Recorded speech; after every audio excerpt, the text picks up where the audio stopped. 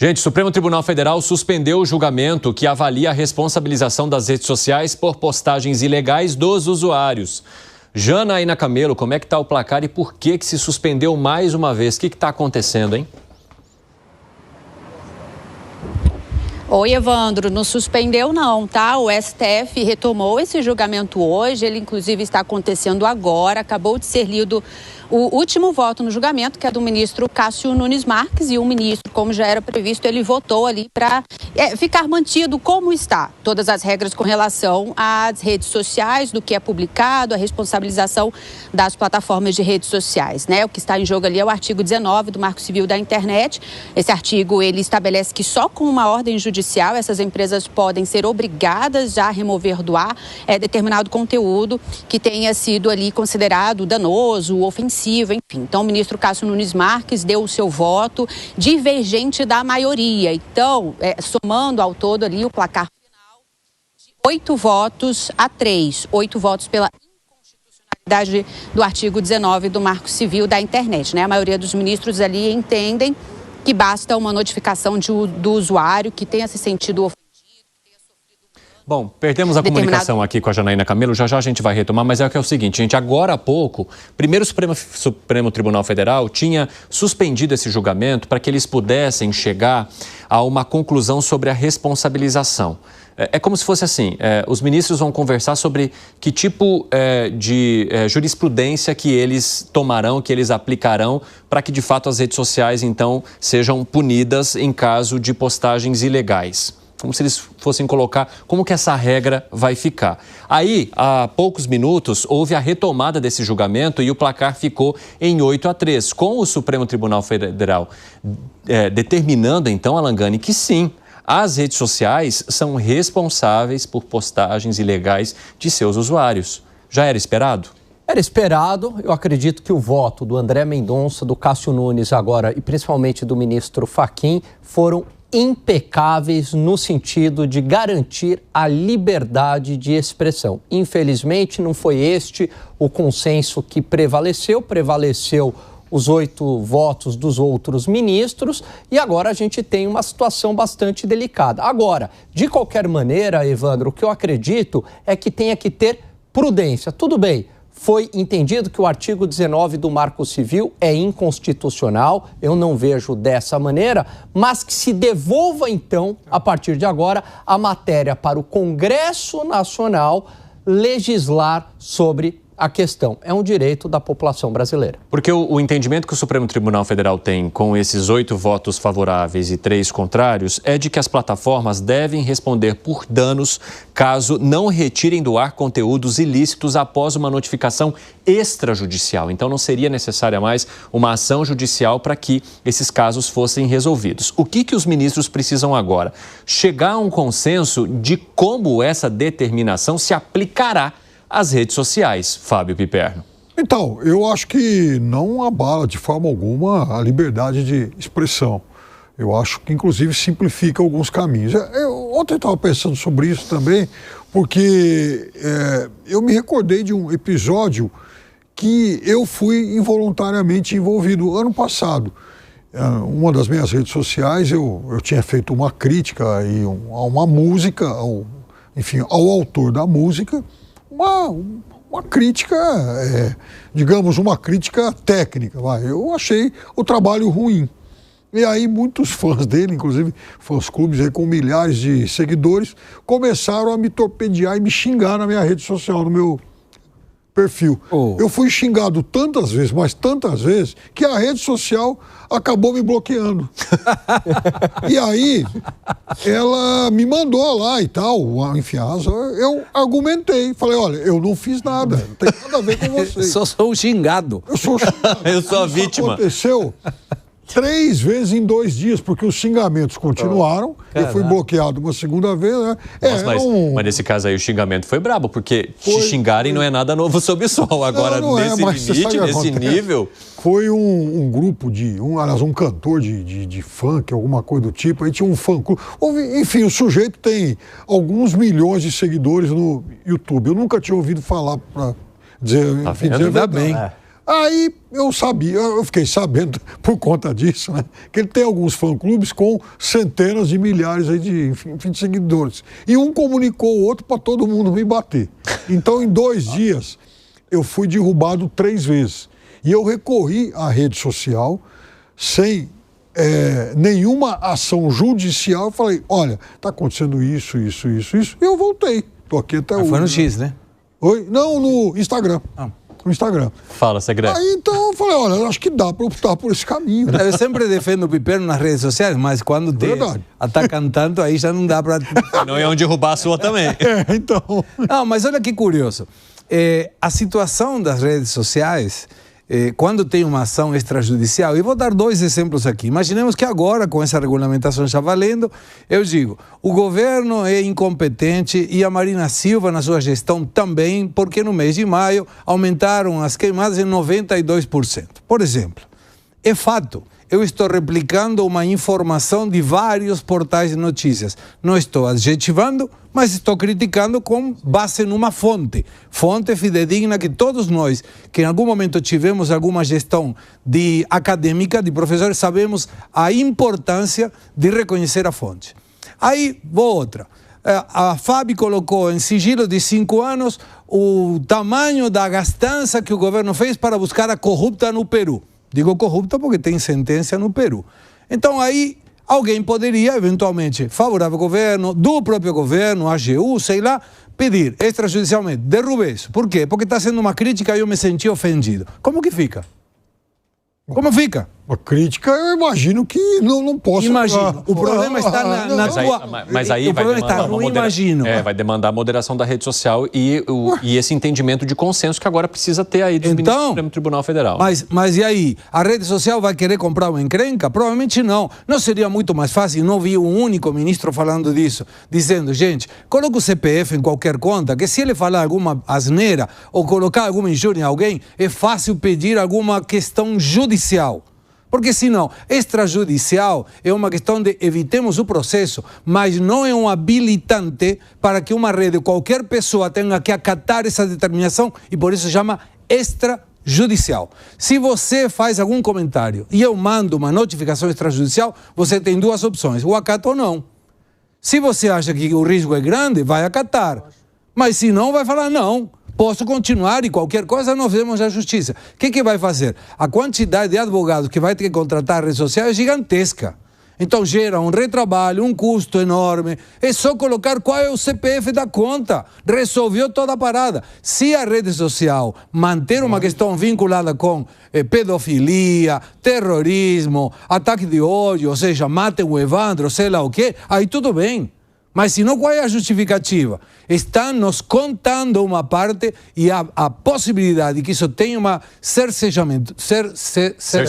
cerceamento da liberdade de expressão é muito grande. Só o fato de colocar o CPF já inibe. Resolve. Já inibe. Você mesmo faz uma auto... Você se torna muito mais cuidadoso numa crítica. Mas isso aí o Congresso pode fazer agora. Então, mas esses dias eu estava conversando com o Ronaldo Lemos, que foi um dos idealizadores do Marco Civil da Internet. Ele estava mencionando que alguns países já não estão recorrendo nem ao CPF ou a esse dado administrativo, porque esses números também podem ser burlados. Há muitos golpes relacionados ao CPF aqui no Brasil.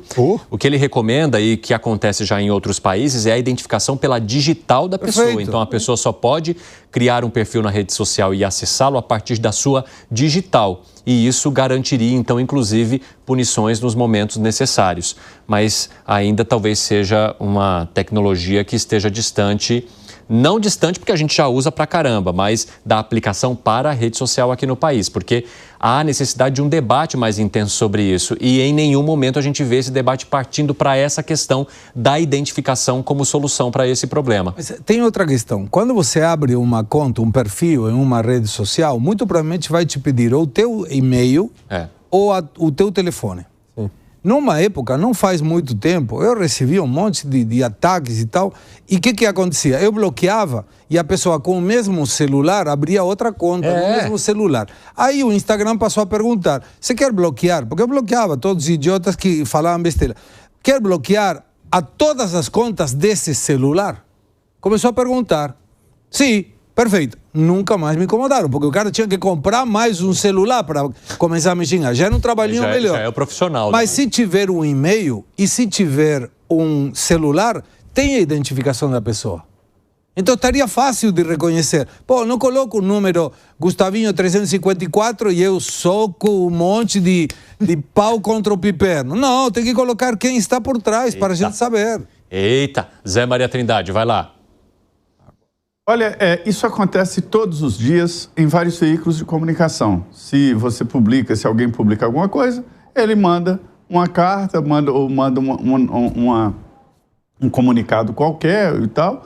Aí o veículo de comunicação avalia se é pertinente ou não. Se é pertinente, vai lá e coloca um erramos ou dá a chance dele de falar. Alguns veículos de comunicação têm o ombudsman que vai avaliar o próprio veículo de comunicação. Eu acho mais do que normal um veículo de comunicação como as plataformas receberem uma reclamação sobre mim, ele avalia. Não tem razão não. Pronto. Aí se eu não quiser, todos têm que ter o direito de ir à justiça depois desse comunicado extrajudicial. É simples demais isso. É só dar a essas empresas a possibilidade de mediar. Elas devem fazer isso. Agora, o poder discricionário de dizer quem é fake news, se é fake news, é a justiça, como sempre. Sempre foi assim, né? E será sempre assim.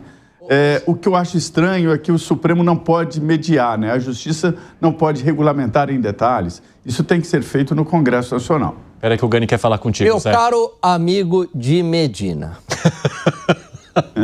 você não acredita que a empresa, na dúvida, ela fala, bom, peraí, eu vou mediar, isso aqui vai passar, isso aqui é uma crítica. Aí ela corre o risco de tomar um processo judicial. Você não acha que essa situação vai gerar um incentivo para que todas as empresas, por precaução, preventivamente, vão tirar o conteúdo? Na dúvida, na menor dúvida possível, Zé, opa, será que isso aqui é um questionamento, é uma crítica? Ah, eu vou tirar. E aí acabou algo que é maravilhoso que as redes sociais trouxeram, que é a possibilidade da liberdade de expressão do cidadão comum, de cobrar autoridades, de cobrar o governo.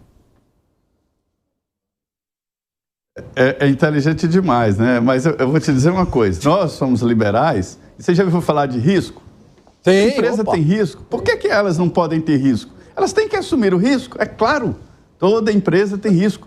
Se você abrir qualquer empresa, não tem a certeza de que vai sair, ficar rico e vai ganhar, não. É o risco, nós estamos correndo risco aqui. Então, que essas bezerro de ouro que não pode ter risco, que tenham o risco de assumir o risco. É inerente ao capitalismo, né? O capitalismo, ele tem que mediar e ver onde há o risco. Mas isso é tão óbvio. Eu não entendo por que você não vê isso nas empresas de comunicação. Zé, é porque você está elevando muito o risco para essa empresa. Esse que é meu ponto. Não. Deixa eu traduzir para o Zé. Isso é tão óbvio, não sei porque você, burrinho, não está entendendo isso. Zé, você está desbalanceando muito essa equação. Você está elevando muito o risco para a empresa e gerando um incentivo para que elas tirem do ar e gerando, consequentemente, a falta de liberdade de expressão. Isso não. Liberdade de expressão é outra história. A Constituição garante. Eu estou falando de liberdade de publicação, né? E de mediação. As empresas têm que assumir risco. Zé, a partir do momento que ela vai falar uma empresa sem risco. Pronto. A partir do momento que ela tem medo de tomar processo por qualquer crítica que vai ser transformada em fake news, discurso de ódio, etc., você acabou, ela vai tirar, acabou essa discussão livre que a gente tem na internet, que é maravilhosa. Vai risco. O Guimarães Rosa, meu conterrâneo lá, dizia lá no livro dele, né? Viver é um pouco arriscoso. Uma coisa. O Gustavo Segré, inclusive a gente não te creditou hoje, Gustavo Segré, então pode cortar na fechada pro Gustavo Segré pra gente trazer o crédito dele. Tá ali, ó, @Gustavinho354. Não, depois vamos buscar isso. Não é a minha conta, não tem nada a ver com essa conta. Tira isso, coitado. Vai que tem alguma conta com esse número. É verdade, vocês correram risco. Não, vai que tem alguma, eu não sei se tem alguma conta com esse nome. Você que mencionou. Coitado, esse Gustavinho. Mas, fala, Gustavo Segré. própria ministra Carmen Lúcia, que inventou a palavra ódia o outro dia, ela fez uma situação, uma comparação com o Código de Trânsito. Foi. E aí vem a minha pergunta. Imaginemos que eu vou no meu carro e eu infrinjo a lei de trânsito. A multa é para mim e para o fabricante do veículo? Boa. Pergunto. Mas é o seguinte, o carro, ele não entrega um produto dirigir, ele entrega o produto dele ao carro, e ele se responsabiliza pelo carro, e é um risco. Se houver falha, se você for andando e faltar a direção ou faltar o freio, você processa a fábrica, porque o produto deles é o carro, não é o dirigir, não é o andar pelas ruas. Né? O dia que o carro entregar o andar pelas ruas, aí sim. Não, já tem hoje, já tem. Mas isso me faz lembrar então, um comentário do saudoso Ricardo Boechat. O Ricardo Boechat contava uma piada muito interessante, que era uma pessoa encontrou a sua esposa com outra pessoa no sofá da sala e contou para o vizinho. Aí o vizinho encontrou ele depois, estou resumindo, e falou, e aí, já resolvi. Como resolveu? Tirei o sofá da sala. Perno, arremate para a gente poder seguir, que eu tenho uma lista aqui, uma fila do SUS para poder conversar. Rápido, o Zé chamou muita atenção para a questão de mercado mesmo, né? Agora, tem outro aspecto. É o seguinte, essas empresas, elas já são bastante lucrativas e trabalham com, digamos, sem produção de conteúdo. Elas vivem do conteúdo feito, né, pelos seus usuários. Muito bem. Quer dizer, então, por que eu, usuário, em todas as situações, eu vou ter que me preocupar com o custo que essa empresa pode arcar de, por exemplo, ter que contratar mais pessoas para suas equipes de moderação de conteúdo e dos seus departamentos jurídicos? Quer dizer, elas já não pagam, por exemplo, os grandes veículos de comunicação que são aqueles que, de fato, produzem os conteúdos que elas exibem. Elas ganham audiência com isso. Então, também está na hora de distribuir Mas ajuda o veículo de comunicação também a divulgar o trabalho, né?